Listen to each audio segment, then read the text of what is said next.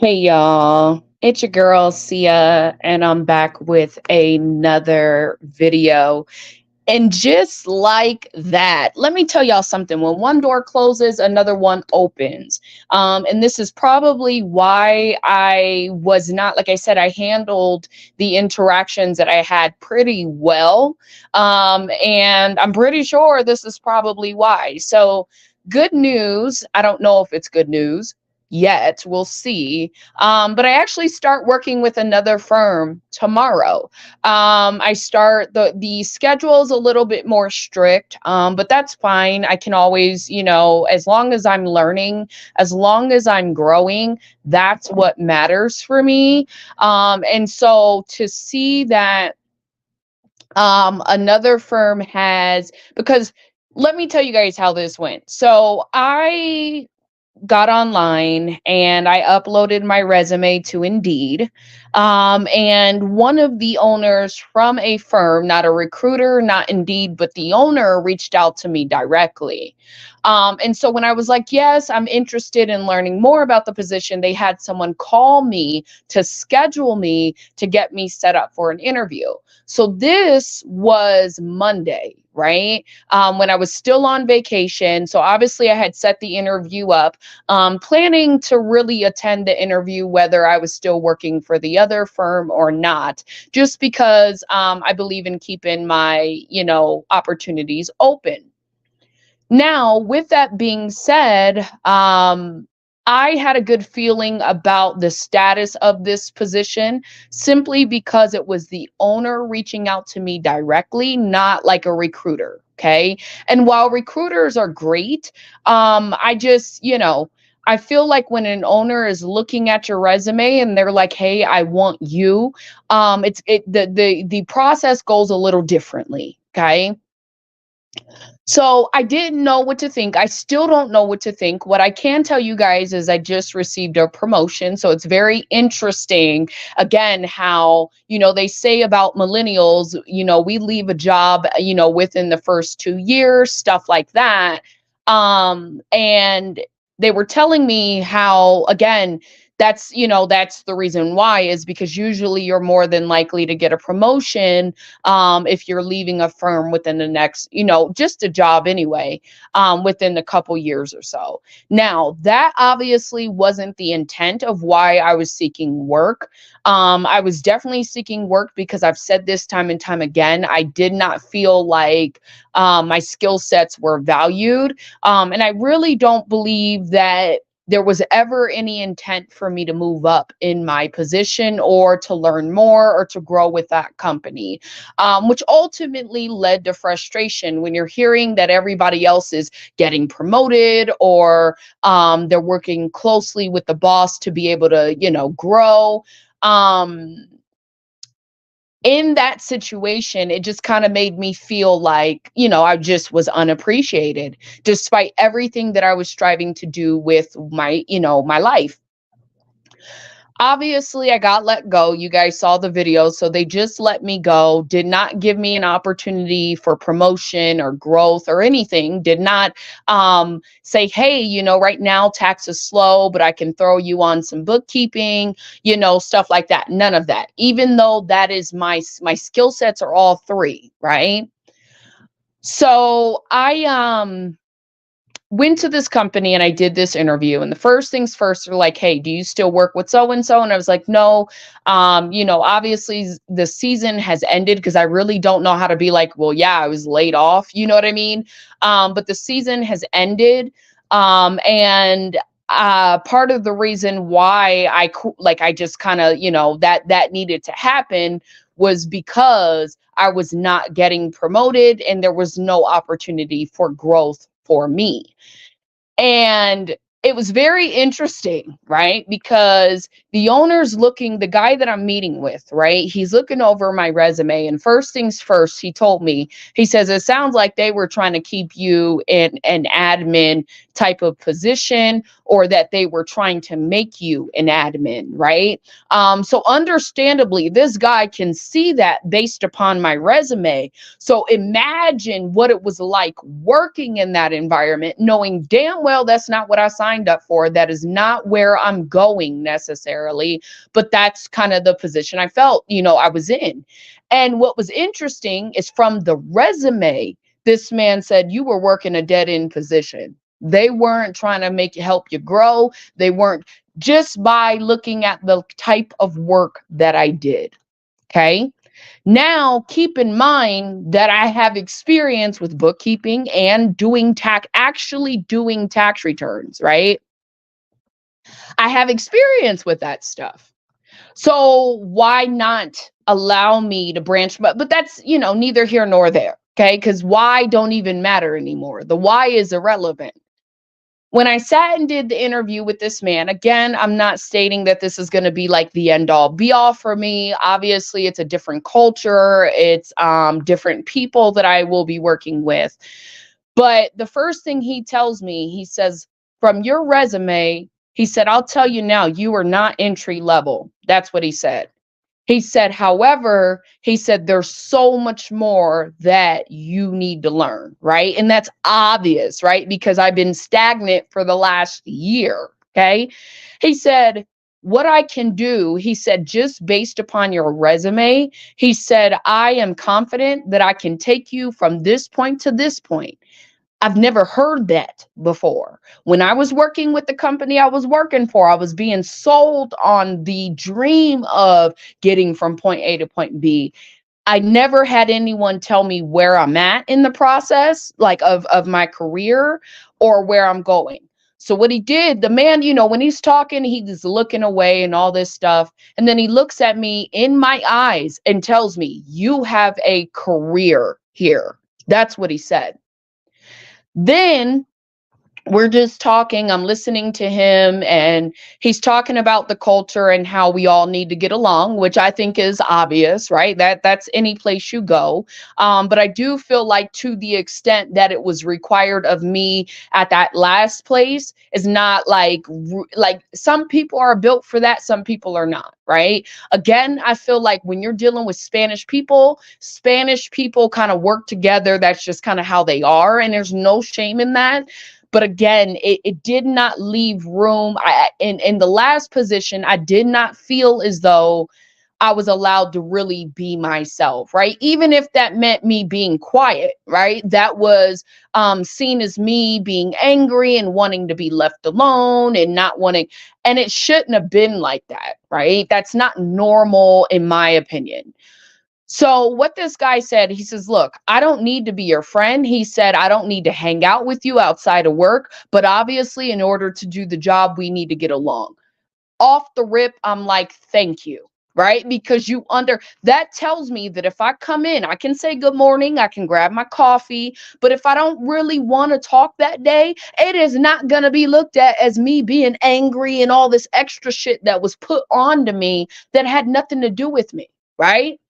So that part, when he said that, yes, we need to get along, but we ain't gotta be friends, bro, I respect that 100%, because that was the type of environment I was trying to create for myself in my last position. Okay. So my last position so just so you guys know, I was a tax specialist prior to coming into this company. Okay. I had did tax returns, many, many, many tax returns. I had already been in this industry prior to the company that I worked with. Okay. And the only reason why I kind of was like, yeah, I'll do it. One, because I didn't really know the industry, right? At that time, I was self-taught, very naive, did not know if what I was doing was right or wrong or nothing, right? So let me get into this field further to learn more. Well, the intent was to be able to grow with this company, but also in the back of my mind, between, closed doors and conversations had with people who support me, this was a stepping stone. And that was because of a lot of the red flags that I was shown at the beginning. Right. So a lot of things, just because I don't speak on it, you can bet your bottom dollar I observed it, and now I'm going to somebody else and I'm trying to process it to figure out how to handle it. There were times where I fell in love with the company, but for the most part, I would say that I I knew that after a while, right? Because once you've been with a company for 6 months to a year, you know whether or not, there's going to be more opportunity for growth or not. And I think that the owner was making it pretty obvious. I don't know if the intent was to make it obvious, but I also recognize I'm a different type of person. And so I know what's being said. Like, I know what you're trying to lay down. Like, I'm picking up what you laying down, whether you understand you laying it down or not. You know what I mean? So to hear someone else, and then what was so interesting is this guy's story is very similar to the last owner's story. The only difference is this owner, first of all, he's a white man. He's got an Italian last name, so I think he's more Italian than anything. But he's white. That's what it is what it is. Okay. Doesn't seem to be intimidated by me. Like the first time when I walked in, he was like, "Oh, I like you." He told me that straight up. He said, "I like your personality." That's what I'm saying. Like, I was hired on to the last job pretty much the same day. So this isn't, for someone to say, "You know what, I like you, I like your personality, I think you'll be a really great fit." The biggest thing was, like I told him, like, I'm wanting to grow. Like, if I don't know anything, if I'm not being taught certain things, how am I ever supposed to know? And where I was previously, I felt like, because they're men, and maybe this is not a male thing. Again, it could be that I'm misplacing where it's coming from. But I always felt like anytime I asked questions, I would get yelled at. I would have an attitude. There would be an attitude from the man, being disrespected by the men, right? And that to me was not cool. So what it did naturally was force me to close down and not want to ask questions long or whatever, right? Because I felt uncomfortable. I felt like even now when I look at the position, I'm like, so you guys didn't like me because I asked you guys questions, or because I needed assistance or didn't know certain things, which is, believe it or not, it comes with the territory with the work that we do. So first things first, that guy was like, no, like, I'm here to teach. We train, and apparently it's a lot bigger firm than where I worked. And so that's why there are also different rules and stuff like that to the job, right? But it's a lot bigger firm, a lot more people work with the company. And what he was saying was like, no, all of my people, like, he was like, listen, I've got people right now that are seasoned, right? They work with tax. That's all they do, right? Because work is slow, he said that they're all now having to pivot, and they're learning things like bookkeeping and payroll, right? The things that I know how to do. So what it seems like is with this firm, everybody's at different levels, but we all have different levels of skill sets, if that makes sense. So where I would be encountering a CPA that does tax, that CPA may not know how to do payroll. And that's something that is actually very common, believe it or not. A lot of CPAs, if they're not really practicing in all of the areas, they only really know how to do one or the other. Which again, it makes my resume a bit confusing, because when I got into this, I was told to do everything. Okay. So even explaining it to this owner now, I was like, hey, like, I love tax, like, I like tax. But again, if you're looking at my resume and you're looking at the things that I'm accomplishing and the certifications that I have, I can do it all. So if you're limiting me to one sector, just tax, and it wasn't even tax, really, I wasn't doing returns, that's an issue, right? So, obviously, like I said, I'm excited because he told me, he was like, how much are you? Because again, we're having a real conversation. I felt like he was being honest with me, and probably the most honest since I started in this industry, in terms of my skill sets and where I'm at and the level, and where I can go and what's realistic for me, what's not. And I told him, I said, listen, I'm willing to keep it the same, essentially, right? I'm willing to keep my income pretty much where I'm at, right? Where I was. Understanding that, and I would like to, with the expectation that there would be a range. So from, whatever dollar amount to the highest dollar amount that I threw out there. And he's like, well, how about I pay you an X amount of dollars? And that's more than what the company where I'm at was paying me. Again, I'm starting off. I understand that I'm, a bit, whatever. The guy asked me about whether or not, like, I was working on my EA, something that I told you guys I was going to be doing anyway, just because I felt like where I was, they were making me feel as though I didn't have any value, right? And it's very interesting to me because there's a girl who never did tax and accounting, but she's still there, right? Doesn't have any real value, is learning the process. And that's what I said. The owner picked and chose who he wanted to elevate and who he didn't. I was not that girl.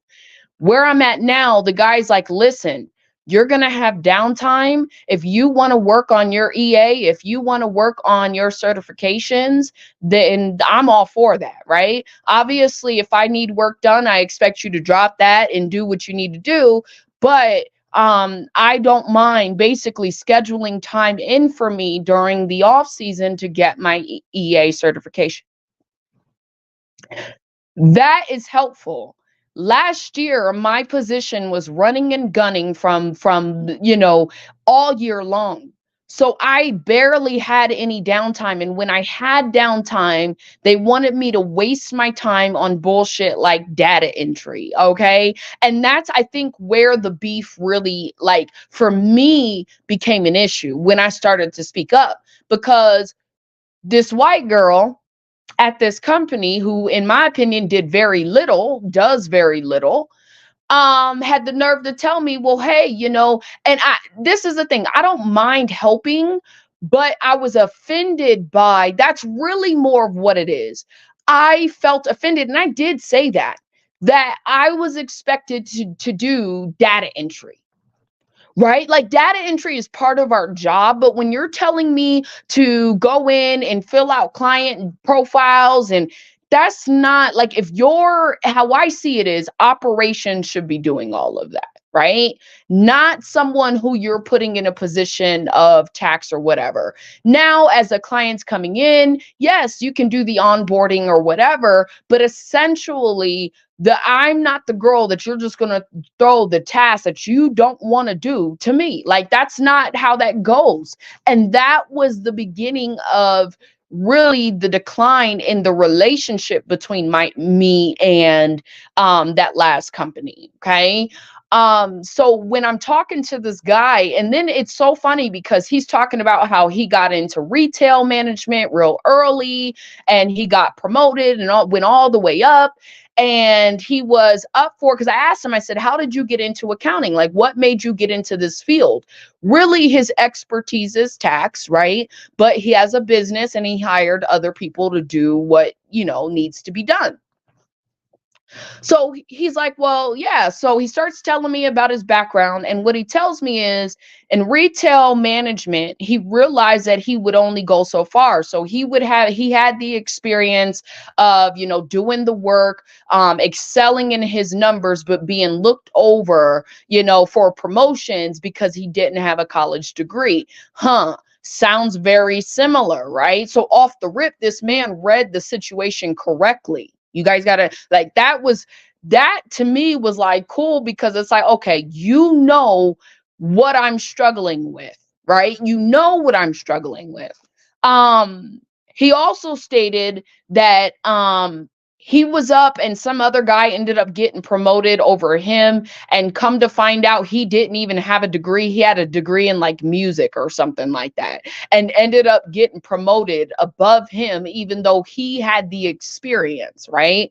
And he said he kept going to the owners asking why he wasn't getting promoted. And you can tell when he's telling this story, he's a bit irritated and all these things. And he's like, eventually the guy was like, well, if you have a degree, that would help. It's not required, but it would help. So usually how the guy explained it to me is, if they find someone with a degree, they're always going to take the person with the degree over the person without the degree, despite what people say, right? which I think that is why this man was more inclined, and not just with me, but a lot of different people, more inclined to say, you know what? I see what you're trying to do. I see where your skills are, and I can take you from point A. I can get you where you need to be, right? Um, with the EA, he's already discussed me getting another raise, right? Once I get my EA. So that honestly, I appreciate that because it holds my feet to the fire. It holds me accountable in this position. But the guy's like, listen, depending on where you're at, he says, I have so much room for growth within this company. Again, it's a lot bigger than the small business I was working for, which tells me they do bigger numbers. And he was just kind of like, well, where, if you could like wave a magic wand, what would you want to do? And I said, I would prefer, because of what I'm going to school for. Like, I'm not just a tax professional. I'm all of it. That's what a CPA does, right?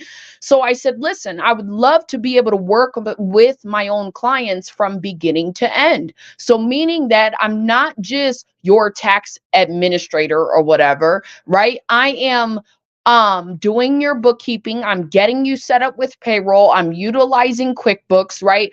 And then I'm getting you ready for tax. Like, I would prefer that, because I feel like with everything that I'm doing in my life right now and the things that I'm striving to accomplish, that's where the experience is at. Not this bullshit they had me doing. And I think, real talk, there's only so much, if you're a person like me, there's only so much I would have been able to do with that position. I knew that. I began to feel that, because as the company is building, they did not build positions around my position, right? Initially when I started, it was, hey, your position is super, super important. But then I'm seeing, okay, how much are you paying me? Like, I'm seeing all of these things, okay? So in my mind, and seeing those things, it was just like, nah, y'all don't really value this position as much as you say you do, right? And granted, H&R Block has a position like mine, but it's very dumbed down, very like, trust me, the skills of those administrative people, they would not know how to do what I do, right? But it's the same type of predicament. When you go to H&R Block, there should always be someone at that front desk collecting documents, getting you set up with your tax professional, stuff like that. Very similar to what I did. So very interesting, right? Now, with that man saying, sounds like, they were trying to, we're not going to make you an admin over here. He's like, listen, it only benefits me to keep pulling you up, because it's a win-win for all of us. If I allow you to study at work so you can get your EA, and I'm helping you with these things, he said, it only benefits me, because now I have more quality people that I can work with. He said, so, and then it goes off listing all the people that he's helped that still work for the company, right? People who came in at certain levels and now they're going for certain things. I like to hear that. I do. It tells me that you promote growth, period. Whereas I was not getting that before. They wanted me to focus on the fun and being friendly and shit that is irrelevant for my degree. And when I came to the owner, the most disheartening thing that you can hear as an employee is that there's no future for you with the company. So it's very interesting how the last question I received was, well, did you, when the guy let me go, well, did you figure out what you're going to do yet? Like, that was a weird question, okay? And it was very disingenuous and disrespectful, but it is what it is. So when that came back, to me, and it come to find out, like, my skill sets already seem like I'm being valued somewhere else. He told me, he said, listen, the guy told me, he said, I started off, entry level. I had an entry level position. I think he started working in tax, and then he started working his way up. And this is even after he received his degree. Okay. Started working his way up. And he was like, listen, like, it's almost like the guy was me at one point. And I could be totally wrong, but the stories he was telling me, I'm like, either exactly based upon, because he looked at me, he said, you were at this company for a very long time. I said, yeah. I mean, it wasn't a very long time in my mind, but it long enough. Yes.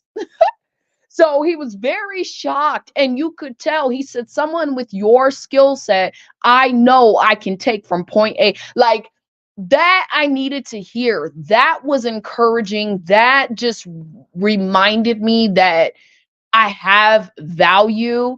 I may not have a father that's in tax, right? Obviously, I just got into this industry 4 years ago, right? So it's not as if I have a whole lot of experience, but I have enough, right? I have enough for a company to say, you know what, I want to expand upon this. I'm gonna take you and we're gonna build you up.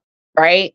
And so for that not happening with me at that other company, that's primarily why even towards the end, I was like, you know what? When I have downtime, I'm going to be working on my business, right?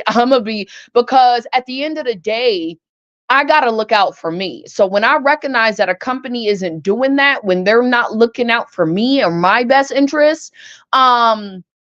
we don't have much to talk about anymore. So I hope this opportunity works out. I mean, if not, there will be more. But I am going to take it just because I want to be able to, like I said, I don't want to have to stress about maintaining my lifestyle, stuff like that. Obviously, I can still do work around what I do. Um, I would much rather, again, it's going to be a lot longer hours, but that's fine. Um, as long as I'm getting out of the situation what I want, right? And from what it sounds like is even the title of a tax accountant. I say title doesn't really matter, but with that title, I know I can go a lot further. And I also know that what it sounds like, and maybe there's some skill sets that I may have left off my resume, like, to be honest with you. So I'm sure I'll be able to see like what those are. But if they're willing to train me, and they're already telling me, we'll train you, you watch videos, all this shit, we're already impressed with your resume, right? Stuff like that. It might be an opportunity to try, right? I'm still gonna keep looking for different avenues, but already this position is setting me up for a much further success than where I'm at currently. The guy told me, he said in the next few years, they could see me making about 3 times what they're offering right now.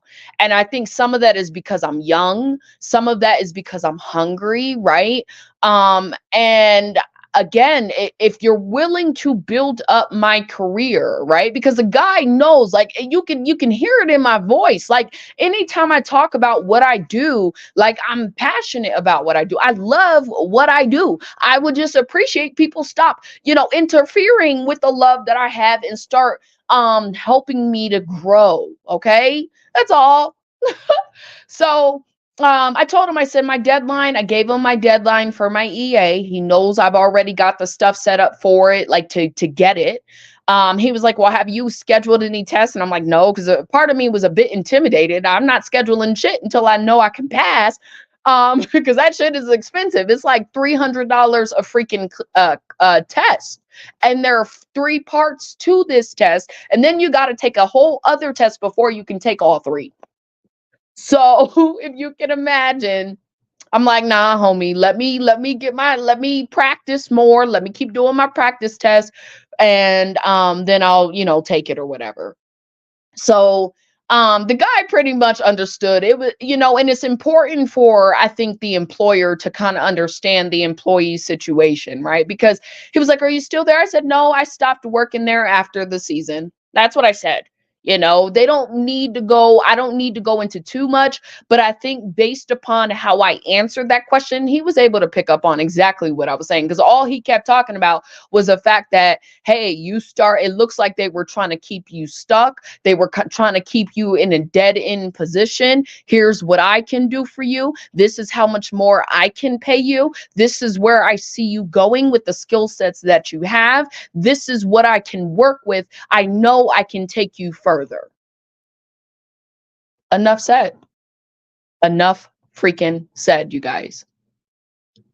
You know, um, I appreciate that. That's all I can say. I'm like, I'm willing to work with that, and if this situation doesn't work out, all I'm doing is gaining skill sets that can never leave me. That's what people don't understand. Meanwhile, like I said, it's probably going to be a little bit more.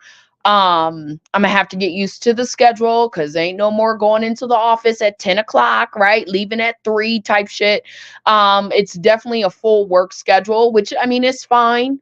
Um, I'm excited for the opportunity. When someone looks at me and they're telling me, "Hey, I see something in you. I see your potential and I'm willing to help bring that out." I got to appreciate it. I always a level of desperatism, but I don't even want to say that if the guy, I didn't ask, like I don't know the dynamics just yet.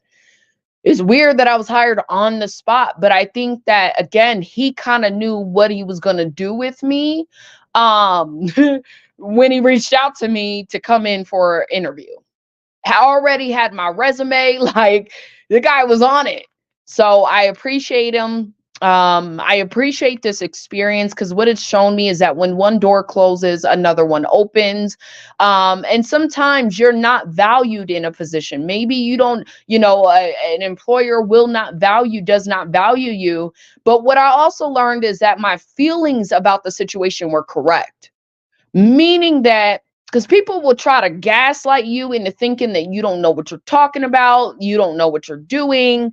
And I think that for me, this showed me that I was reading the situation very, very well. And yes, I talked about it on YouTube because I had nowhere else to get it out from. And I hate experiences like this. But I appreciate, again, another door opening. Perhaps God is like, you know what, keep going.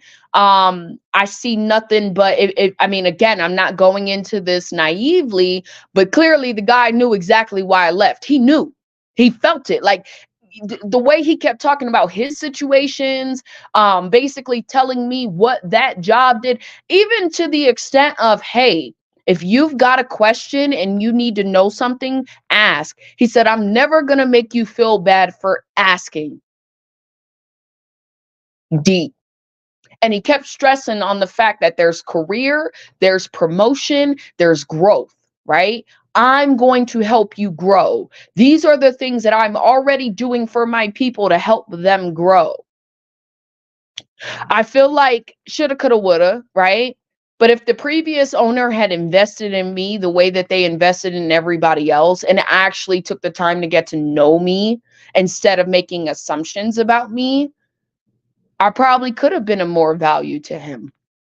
But I'd rather take that elsewhere. Obviously, they're saying, and I knew I was being underpaid. The fact that you offer me more, you're telling me that I'm not entry level, but I'm not like a super, super like seasoned person yet. Already talking about management position, right? And I don't know if that's just because of how I carry myself or what, but already having these conversations with me. You're paying me more and you're telling me, I mean, low key, I knew I wasn't being paid what I knew all this. So I'm happy, you guys. Like I said, I'm about to go shopping because I do need to dress a little differently for this position, which is fine. I'm okay with that. But I'm about to head out for a few. But I just wanted to keep you guys updated and let you guys know what has happened. So with that being said, y'all, I'm out. Peace.